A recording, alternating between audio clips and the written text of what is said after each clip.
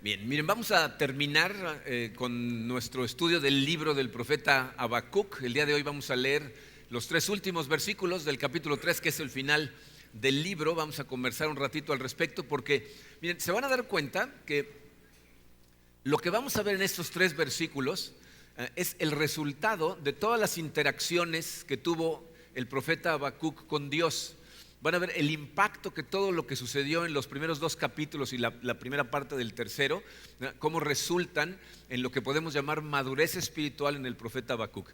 Pero antes de estudiarlo vamos a darle gracias a Dios y analizamos lo que significa esta madurez espiritual. Padre, te damos gracias, Señor, una vez más por tu amor. Te damos gracias por la cruz de tu Hijo Jesucristo que nos dio vida, que nos dio la posibilidad de poder acceder a ti, Señor, en oración, en alabanza, de recibir de ti, Señor, de escuchar tu voz. Te pedimos, Señor, el día de hoy que tu Santo Espíritu nos dé mucho discernimiento para que podamos entender claramente lo que estos últimos versículos de este libro nos enseñan, lo que nos estás enseñando tú a través de ellos, Señor. Porque queremos ser transformados, queremos glorificarte con nuestra vida. Sabemos que solo es posible con tu Santo Espíritu en nosotros guiándonos. Nosotros reconocemos, Señor, que solos no podemos hacer nada. Y por eso nos ponemos totalmente en tus manos. Haz en nuestros corazones lo que tengas que hacer, Padre. Te lo pedimos en el poderoso nombre de tu Hijo Jesucristo. Amén.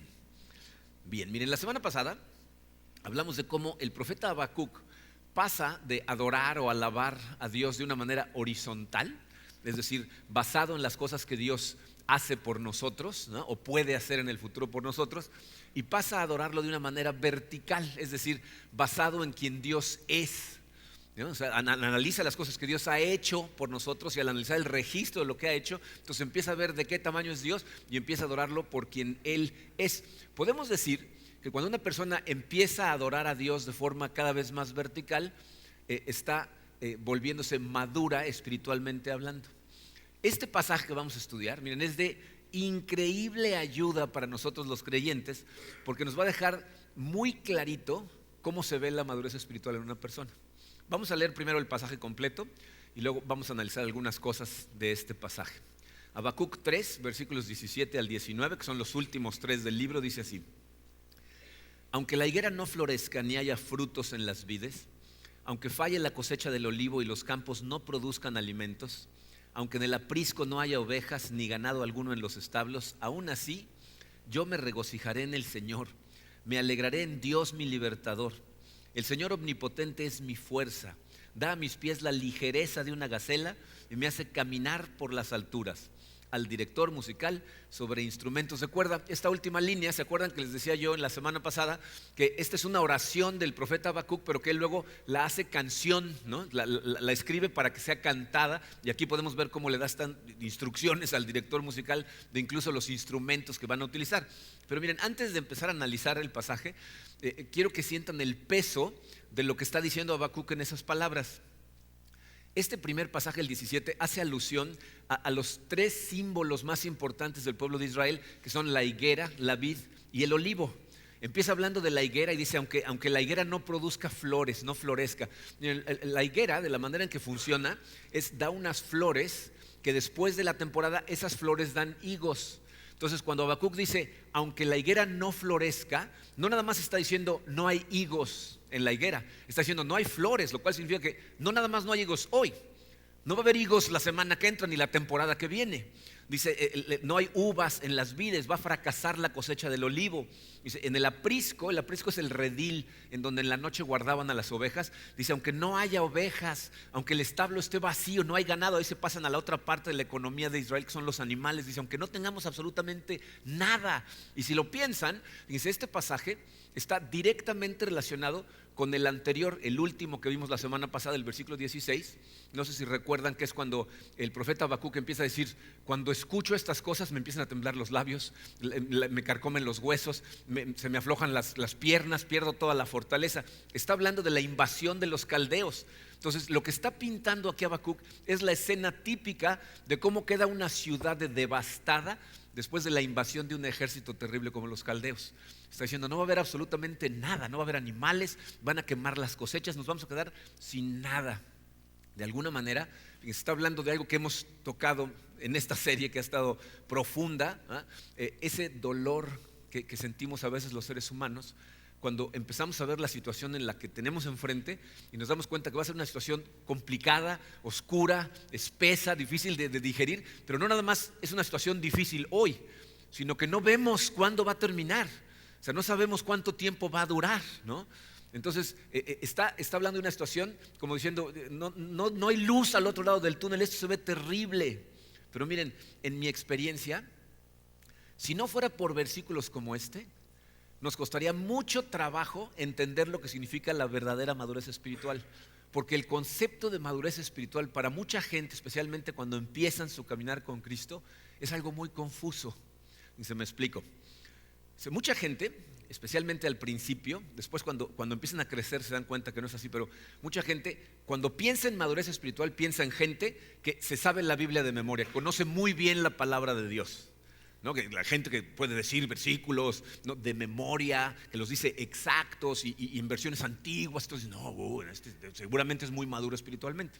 Pero díganme, ¿conocer la palabra de Dios es señal de madurez espiritual?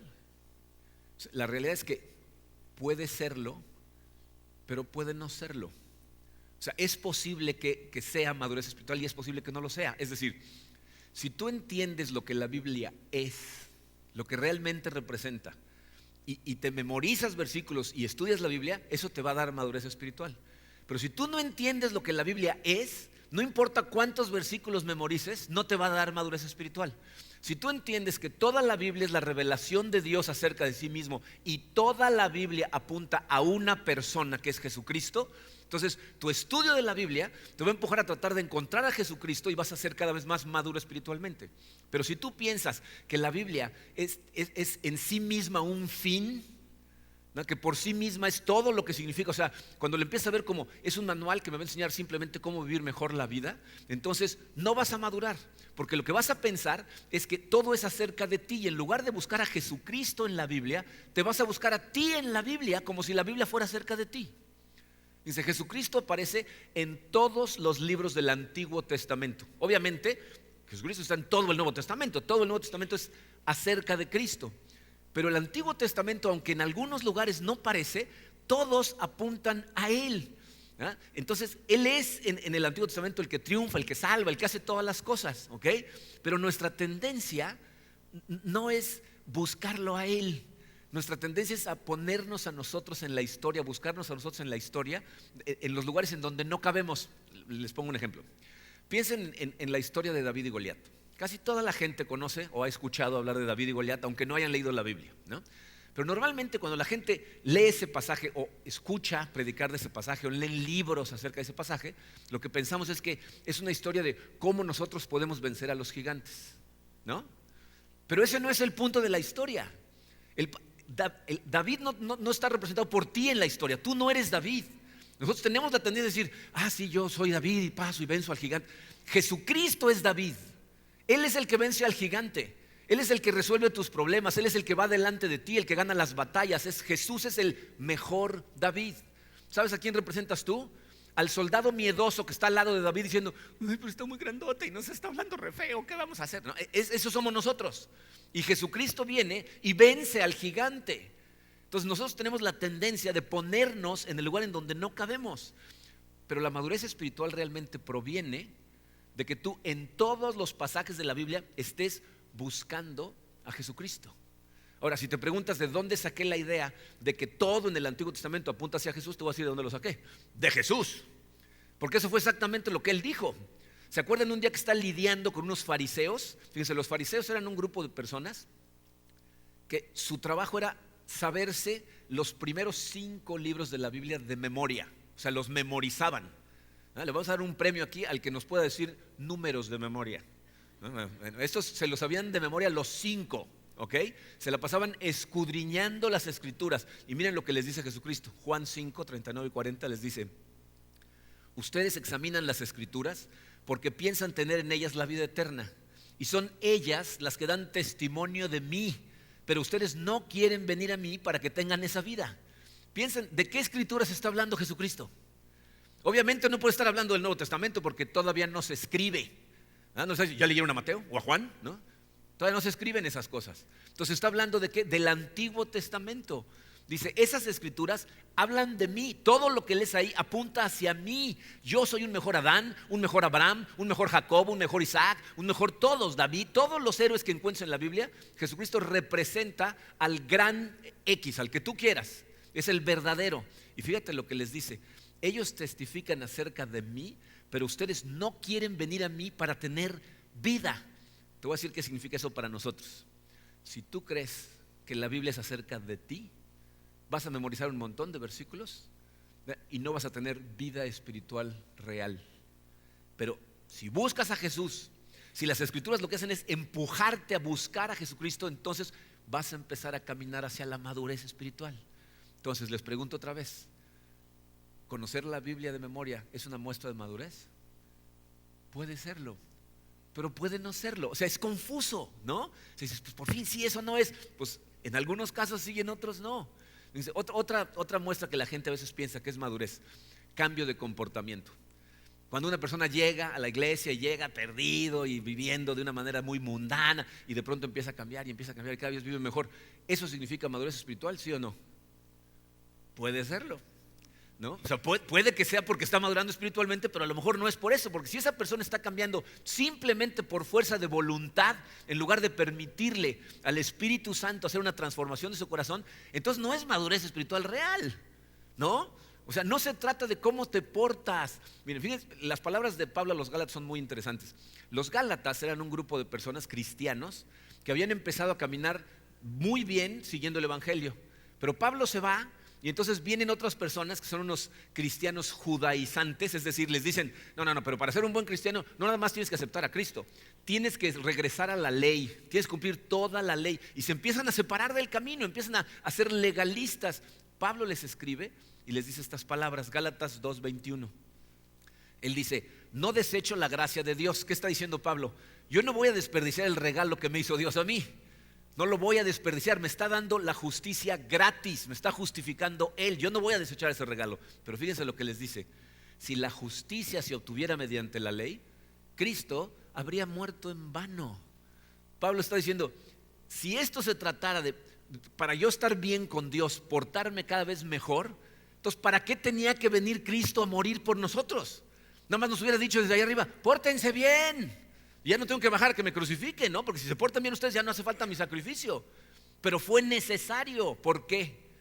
Porque esto no se trata nada más de un cambio de forma de vivir. ¿Sabes de qué se trata? De un cambio de corazón. Jesucristo persigue tu corazón en todo momento porque Él sabe que, fíjate, si tu corazón cambia, lo que cambia es el filtro a través del cual ves las cosas.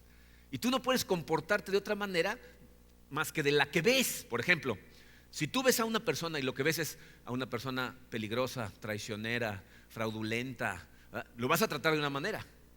Pero si Cristo toca tu corazón y lo ves como una persona herida, perdida, en necesidad de amor, en necesidad de guía, en necesidad de luz, pues lo vas a tratar de otra.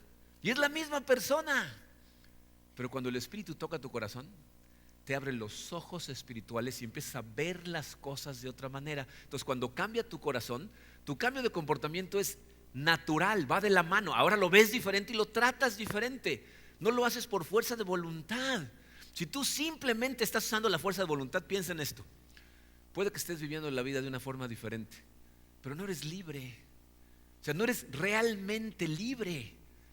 Una persona que es adicta al alcohol y todos los días toma, no está mucho peor que una persona que es adicta al alcohol y no toma por fuerza de voluntad, pero todos los días está luchando contra su corazón.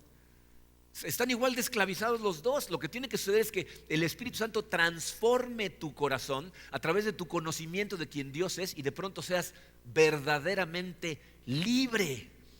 Entonces, una persona que cambió su comportamiento, ¿es espiritualmente madura? A lo mejor, ¿no? Porque definitivamente, escúchenme, una persona espiritualmente madura cambió su comportamiento, o sea, ya se transformó, es otra. Pero el hecho de ver una persona transformada no nos dice a ti o a mí si esa persona es madura o no. Es confuso, ¿no? Por eso este pasaje es tan útil. Porque este pasaje nos va, fíjense, Habacuc, consciente de que lo que viene viene durísimo, viene una invasión que va a devastar al país y que él ni tiene idea cuánto tiempo va a durar, y sin embargo su forma de responder a esto nos muestra dos rasgos del carácter de una persona que es madura espiritualmente. Y vamos a ver esos dos rasgos, pero miren, escúchenme un momentito. Al final de este mensaje, tú vas a tener que responder las preguntas: ¿estoy madurando? ¿Soy un cristiano maduro? ¿Voy de camino a la madurez? O a lo mejor estoy atascado en la inmadurez. Porque nada más tú y Dios saben eso. O sea, yo no puedo ver tu corazón. Nos puedes engañar a todos, pero no te puedes engañar a ti y no puedes engañar a Dios. Entonces pongan atención a esto, porque tú te tienes que evaluar solo. Nadie lo puede hacer por ti. Por eso es tan confuso. Tú puedes aprender la Biblia de memoria y portarte bien de hoy en adelante, y no sabemos cómo está tu corazón. ¿Ok? Entonces, fíjense, dos rasgos que revelan madurez espiritual. El primero lo podemos ver entre los versículos 17 y 18. Dice: aunque la higuera no florezca ni haya frutos en las vides, aunque falle la cosecha del olivo y los campos no produzcan alimentos, aunque en el aprisco no haya ovejas ni ganado alguno en los establos, aún así yo me regocijaré en el Señor, me alegraré en Dios mi libertador. Esto es algo que vemos en todos los cristianos maduros. En la vida de un cristiano maduro, el Señor es la fuente principal de gozo.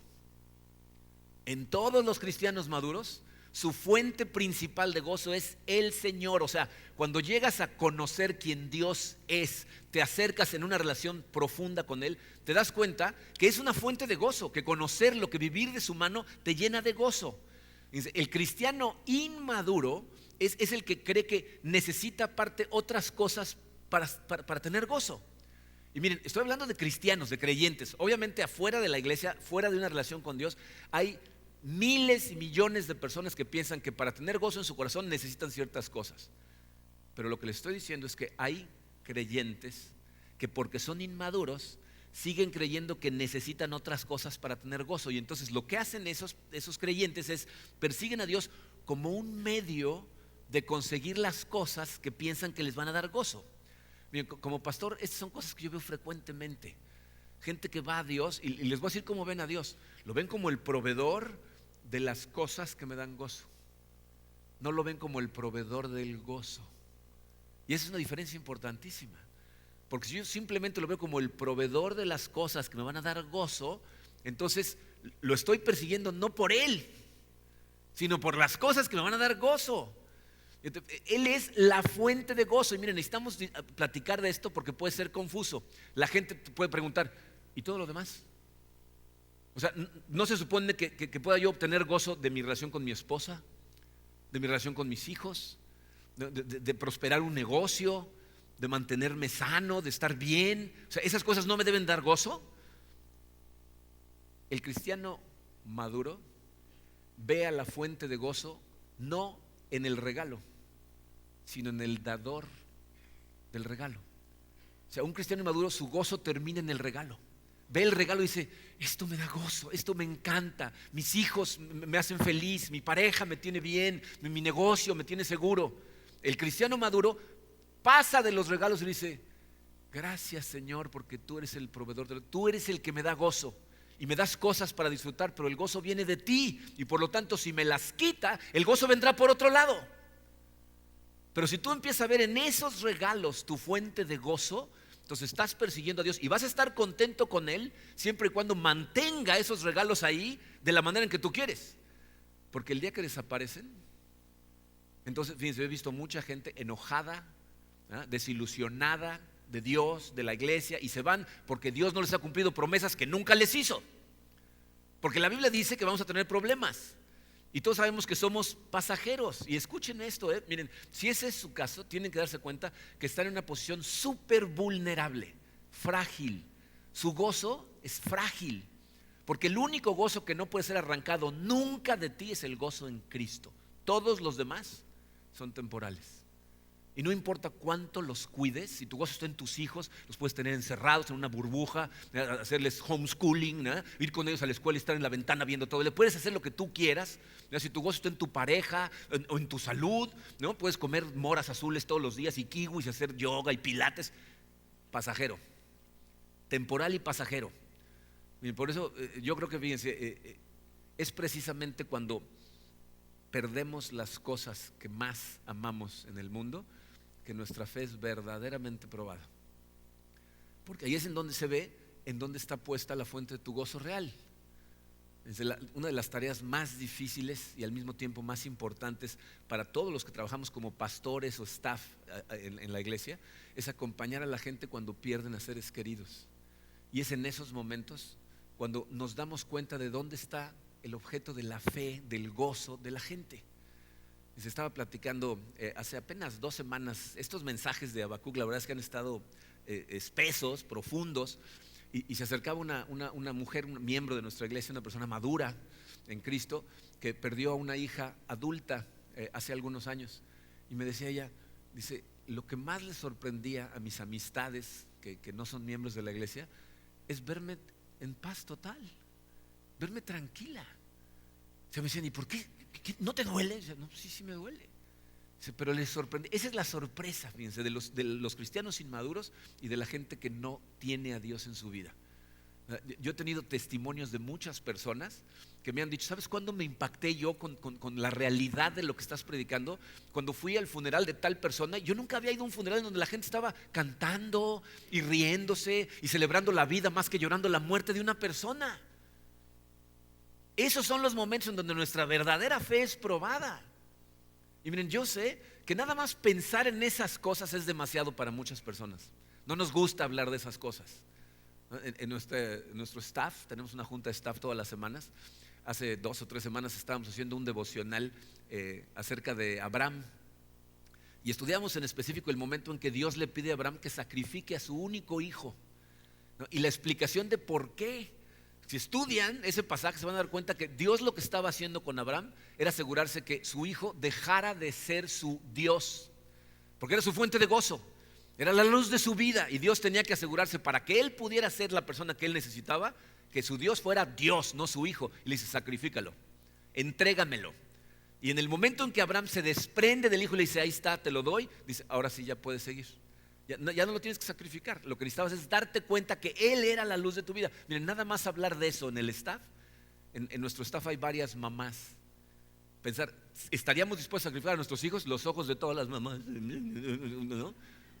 Porque nada más hablar de esas cosas duele. Pero mi trabajo es decirte la verdad con amor. Entonces piensa en esto. Si todo gira alrededor de algo temporal, ¿qué va a pasar cuando desaparezca? Porque es temporal, es pasajero, es frágil. Ahora, estoy diciendo que si tienes a Dios en tu vida y eres un cristiano maduro, ¿no duele? No estoy diciendo eso, duele. Jesucristo cuando muere Lázaro llora, pero no te devasta, no termina con tu vida. ¿Se acuerdan de la parábola de la casa sobre la roca que Jesucristo dijo? Dice, todas las personas que escuchan estas palabras, ¿verdad?, y son sabios, lo que van a hacer es ponerlas en práctica y van a ser como el hombre construyó su casa sobre la roca. Vino la tormenta y la zarandeó, pero no la destruyó. Si se fijan bien en esa parábola, no dice el que construyó la casa sobre la arena le va a pegar la tormenta y al que la construyó sobre la roca no. Dice, la tormenta le va a pegar a los dos, pero el que tiene construida la casa sobre la roca no va a ser devastado. Pablo, el apóstol Pablo, lo diría de otra manera. Él decía, si esta espina que tengo clavada en el cuerpo me empuja a acercarme más a Cristo y a ser más fiel a Dios, entonces me regocijo en mi debilidad, porque cuando soy débil, entonces soy fuerte. Y miren, si alguien en la historia del mundo tiene derecho a quejarse de estar tratando de expandir el reino de Dios, de predicar su palabra, de plantar iglesias y estar todo el tiempo encontrando obstáculos, es Pablo. ¿Han leído su vida? Perseguido por los judíos, perseguido por los romanos, apedreado 3 veces, lo dejaron por muerto. Imagínate, a pedradas pensaron que ya lo habían matado. Naufragó de camino a Roma, en donde es arrestado por predicar la palabra de Dios. ¿Han leído la historia del naufragio? Los agarra un huracán en un barco de la época, imagínate. Un huracán los destroza todos los aparejos, quedan 14 días a la deriva, se les acaba toda la comida. Se están muriendo de hambre y Pablo en oración, Dios le dice, no te preocupes, nadie se va a ahogar. Y les dice a todos, no nos vamos a ahogar. Llegan a una isla, encalla el barco y Pablo, todos a nadar y pum, todo el mundo al agua. Salen del mar, Pablo se pone a juntar madera para hacer una fogueta y lo muerde una serpiente venenosa. No ese es el momento de decir, ¿en serio? ¿Qué más me va a pasar? O sea, ¿no? Pero ¿cuál es siempre su respuesta? Me regocijo en mi debilidad, porque cuando soy débil, entonces soy fuerte. Mi gozo viene del Señor. Esa es la primera señal de madurez de una persona. La segunda la encontramos en el versículo 19. Dice, el Señor omnipotente es mi fuerza. Da a mis pies la ligereza de una gacela y me hace caminar por las alturas. Fíjense, en la vida de un cristiano maduro, el número 2 dice, el Señor es la fuente principal de fortaleza. La fuerza viene del Señor. Habacuc, después de todo lo que ha aprendido de Dios, sabe que lo que viene va a ser la invasión de los caldeos y dice, yo no voy a poder lidiar con esto, Señor, pero yo sé que tú sí. Tú eres omnipotente, tú eres todopoderoso y tu fortaleza me va a hacer fuerte a mí. Después de su encuentro con Dios, Habacuc va a buscar su fuerza en el Señor. Y miren, esto es algo que tenemos que aprender, porque esta es una de las cosas en donde más fallamos, yo y todos los que estamos aquí. Porque cuando de repente vienen los problemas, vienen las situaciones, el primer pensamiento que te pasa por la cabeza no es voy corriendo al Señor, sino decir, ¿cómo le voy a hacer? Yo, ¿cómo le voy a hacer? ¿A quién le hablo? ¿Quién me ayuda? ¿Quién puede? Y luego oigo a la gente decir la frase más simpática de todas, cuando ya no pueden hacer nada y todo está fuera, cuando dice, no nos queda más que orar. El último de los recursos es acudir a nuestra fuente de fortaleza. Ya no queda más que orar, ¿no? Miren, y la verdad es que es preocupante. ¿Saben quién es la gente que más me preocupa? Hay gente en nuestra iglesia a la que todo se le da bien fácil. O sea, es gente que ha logrado sus objetivos de forma muy fácil, que cualquier cosa que se propone lo logra, ¿no? O sea, que lo pueden resolver. Entonces, esa gente tiende a confiar más en sí misma que en Dios. Y miren, como les dije, estas son cosas que nadie puede ver en ti más que tú y Dios. Entonces, tú tienes que preguntarte, ¿a quién acudo? ¿Quién es realmente mi fortaleza? Y yo sé en dónde estamos cada uno, por lo menos con los que interactúo, porque veo cómo pasas los problemas, veo cómo enfrentas el dolor, veo a nuestra gente joven que nos dicen, sí, amo a Dios, pero como ahorita me siento medio solo, estoy dispuesto a tener relación con gente que no conoce a Dios. Algunos se meten en relaciones impuras con gente que no conoce a Dios, luego terminan casados con gente que no conoce a Dios y son su principal obstáculo. Y se dan cuenta de lo que están haciendo, dicen, me meto a esta relación porque me siento solo. Están intercambiando un tipo de soledad por otro que es peor, porque esa es la persona que te va a estar alejando del Señor, de la única fuente de plenitud real.